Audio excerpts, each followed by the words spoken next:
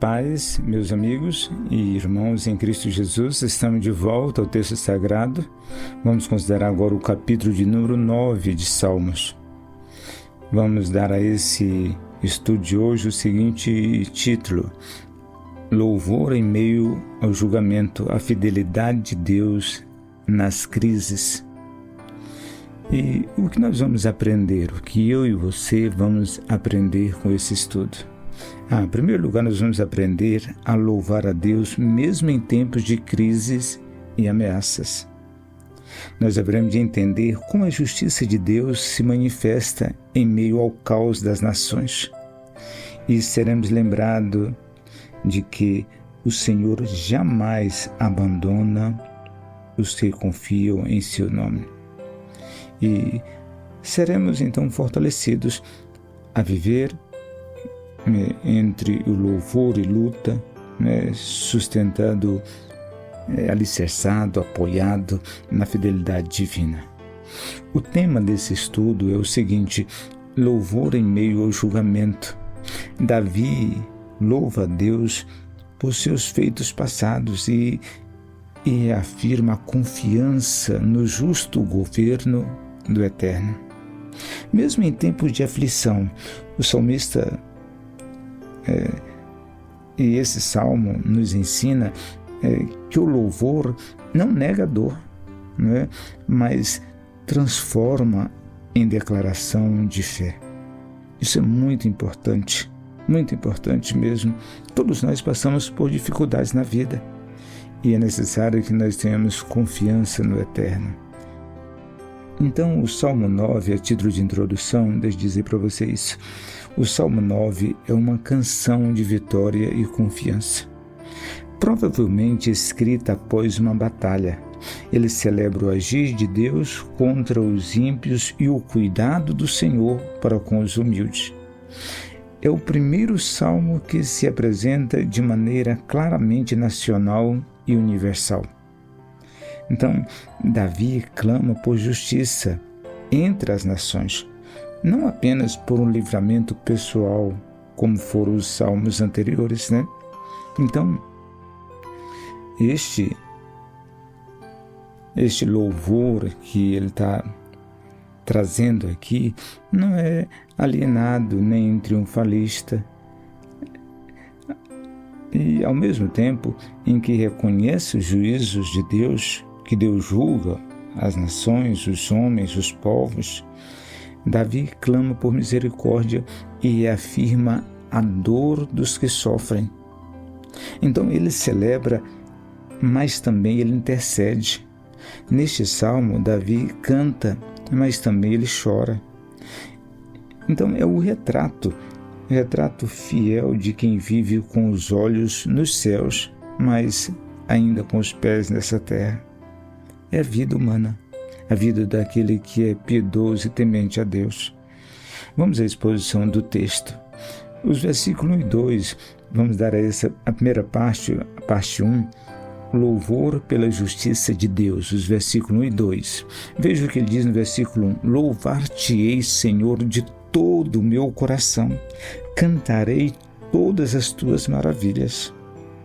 Então Davi, ele inicia com um louvor consciente e integral. Ele não está cantando por cantar, ele canta as obras de Deus. O louvor, meu querido amado irmão, é baseado na memória, em memórias daquilo que o Senhor realizou. O que Deus já fez no passado é combustível para adoração no presente. O louvor, meu querido amigo, que sustenta, ele vem da memória viva, daquilo que Deus fez, daquilo que Deus já realizou na nossa vida, ou na vida de outrem, ou na história. Em segundo lugar, observe a vitória sobre os inimigos, versículo 3 a 6. Observe o que ele diz no versículo 3: quando os meus inimigos retrocederam, tropeçaram e pereceram diante da tua face.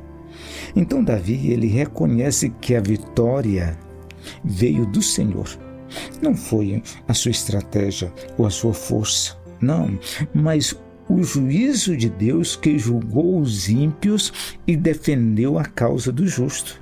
Então Deus está no trono e age com justiça. Então Davi tem consciência disso. Isso é algo muito importante, lembrarmos que Deus governa esse mundo, né? Observe aqui o título de aplicação. O justo, meu querido amigo, ele não se gloria em vitórias humanas, mas no Deus que julga com retidão. O justo é alguém que coloca os seus olhos, a sua confiança no eterno. Observe em terceiro lugar agora. Deus reina para sempre. Versículo de 7 a 10. Então, veja o versículo 7.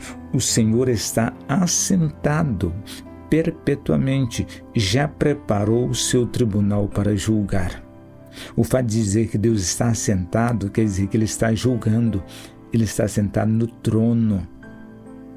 Então Davi contempla o reinado do Eterno.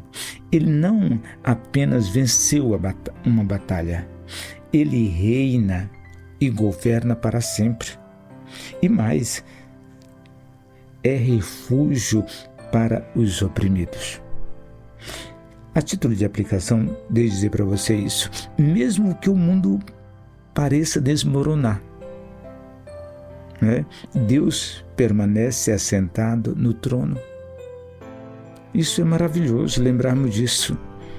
Às vezes é o mundo, o cosmos está desmoronando. Às vezes é o nosso próprio mundo que está desmoronando. Mas você precisa continuar confiando no Eterno, saber que Ele está sentado no trono. A Bíblia diz que Jesus Cristo subiu aos céus e assentou-se. Olha que coisa! Assentou-se à direita de Deus. Quer dizer que Ele governa, que Ele reina. Observe em quarto lugar. Louvor que inspira confiança, versículos de 11 até o 14. Agora veja o 11 e o 12. Cantai louvores ao Senhor, pois não se esquece do clamor dos aflitos. Então, o louvor de Davi se transforma em proclamação. Ele convida o povo a cantar, pois Deus ouve os aflitos e não os abandona. Então, ao lembrar a bondade de Deus, sua fé é renovada no presente. E é isso que nós necessitamos.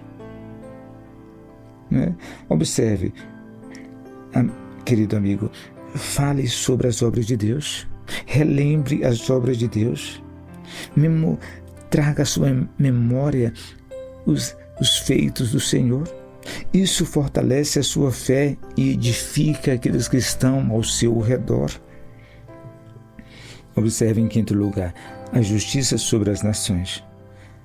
As nações, versículo de 15 a 20, Observe o versículo 15. Ele diz, as nações caíram na cova que fizeram.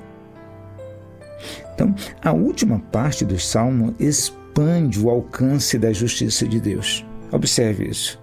Agora, não é apenas Davi e seus inimigos, mas as nações do mundo. Deus julgará todos os ímpios e cairão na armadilha que armaram. Todos os ímpios.